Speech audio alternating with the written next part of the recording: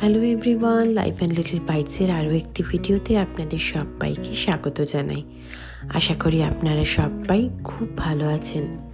সকাল প্রায় 9:30 মতো বাজলেও আকাশ একদম মেঘলা। চলুন মায়ের আশীর্বাদ নিয়ে আজ একটা নতুন ভিডিও শুরু করি। গৌরিকের খেলাধুলো মোটামুটি চলছে। সকাল সকাল হতে না হতেই আজ শুরু হয়ে গেছে বরফ পড়া।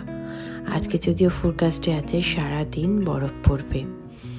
সেদিন আমার ভিডিও দেখে আমার এক ছোট্ট বোন আমায় মেসেজ করে জিজ্ঞেস করলো, দিদি তোমাদের এই মারাত্মক ঠান্ডায় শীত করে না? তো ভাবলাম আপনাদের সাথেও শেয়ার করি। এই যে প্যানেলটি দেখছেন, এটা এয়ার কন্ডিশনটাকে কন্ট্রোল করার প্যানেল, যেখান থেকে তাপমাত্রা বাড়ানো বা কমানো যায়।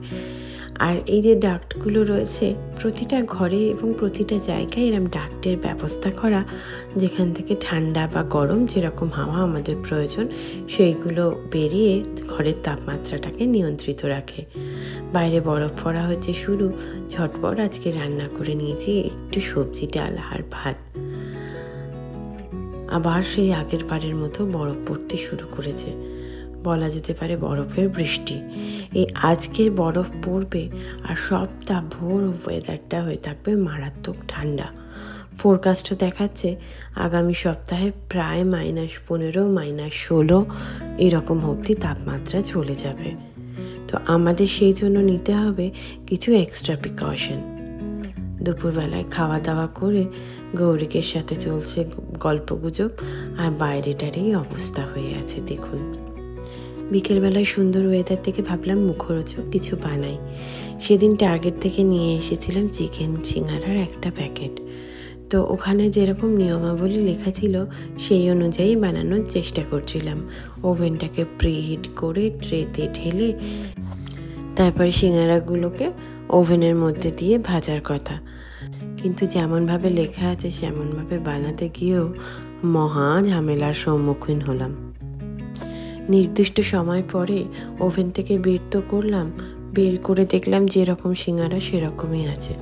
অগত্যা কড়াই তেল বসিয়ে দিয়ে ঝটপট ভেজে নিলাম সিঙ্গারাগুলো। আর এই বিগলসগুলো নিয়ে এসেছিলাম, ভাবলাম এক্সপেরিমেন্ট করে দেখি। মাইক্রোওয়েভে দেওয়ার পরে দেখলাম তারও চিজগুলো পুরো ছড়িয়ে একদম যা তা ব্যাপার। তেল গরম করে গ্যাস কমিয়ে ঝটপট ভেজে নিলাম সিঙ্গারাগুলো। বাইরে পড়ছে বরফ। শীতের দিনে সন্ধ্যেবেলা একটু সিঙ্গারা একটু বেগলস দিয়ে কফিটা পুরো জমে গেছিল। আজ আপনাদের সকলের সাথে শেয়ার করব গৌরিককে আমি কী ধরনের ক্রিম ব্যবহার করি। গৌরিক যখন থেকে জন্মেছে দেশে থাকতে আমি সেবামেডই ওকে ইউজ করতাম। খুবই ভালো এই বডি লোশনটা। বডি লোশন এবং ফেস ক্রিম দুটোই আমি সেবামেডে ইউজ করতাম। ওকে হসপিটাল থেকে আমাকে যে সমস্ত ডক্টররা ছিলেন ওনারা সেবামেড সাজেস্ট করেছিলেন। যদিও আমি ও যখন হয়েছিল বেশ কিছু ক্রিম ময়শ্চারাইজার গিফটে পেয়েছিলাম, সেগুলো আমি ওকে মাঝে মাঝে ইউজ করিয়েছি। ওর স্কিন যেহেতু নর্মাল, তো সেক্ষেত্রে কোনো রকম সমস্যা হয়নি। তবে এখানে আসার পরে প্রবলেমটা হলো এখানে প্রচণ্ড ঠান্ডা আর সেবামেড কাজ করছে না। প্রতিদিন বারে বারে ক্রিম লাগালেও স্কিন সেই লাল লাল হয়ে ফেটে যাচ্ছে। তখন আমি গুগলে দেখে আর নানা কিছু রিভিউ পড়ে এই সেটাফিলের বিষয়ে জানতে পারি। সত্যি কথা বলতে সেটাফিল আমি আমাদের দেশেও দেখেছিলাম। তখন যেহেতু আমি সেবামেড ইউজ করতাম, তাই সেটাফিল আর ইউজ করার প্রয়োজন হয়নি। সেটাফিলের সাথে আরও 2-3টি আমেরিকান কোম্পানি আমি দেখেছিলাম। সেটাফিল চুজ করার কারণ এটাই হচ্ছে, কারণ আমি দেখেছি এটা আমাদের দেশেও পাওয়া যায়। তাই আমার উদ্দেশ্য ছিল এমন একটা কোম্পানি ইউজ করা যা আমি দেশে গেলেও পেতে পারি। যেহেতু সব বাচ্চার স্কিন একরকম নয়, কারোর ড্রাই, কারোর অয়েলি, কারোর সেন্সিটিভ, তাই প্রতিটা জিনিস, প্রতিটা ক্রিম হোক বা শ্যাম্পু, বডি ওয়াশ যাই হোক, নতুন কোনো জিনিস ইন্ট্রোডিউস করার আগে ভালোভাবে আগে নিজেরা চেক করে নিয়ে তবেই ব্যবহার করবেন। ছোট বাচ্চাদের, বিশেষত ইনফ্যান্টদের কোনো জিনিস ইন্ট্রোডিউস করার আগে অবশ্যই নিজের পিডিয়াট্রিশিয়ানকে জিজ্ঞেস করে নেবেন। এই মারাত্মক ঠান্ডায় গৌরিককে ভালো রাখতে আরও যে জিনিসটা আমি ব্যবহার করি সেটা হচ্ছে সর্ষের তেল। সর্ষের তেল একটু রসুন, জোয়ান, কালো জিরে দিলে ভালো করে ফুটিয়ে ছাঁকনিতে ছেঁকে আমি বোতলে ঢেলে রেখে দিই। যদি আপনাদের কেউ দেখতে চান ওটা কিভাবে বানাই আমাকে অবশ্যই কমেন্ট করে জানাবেন।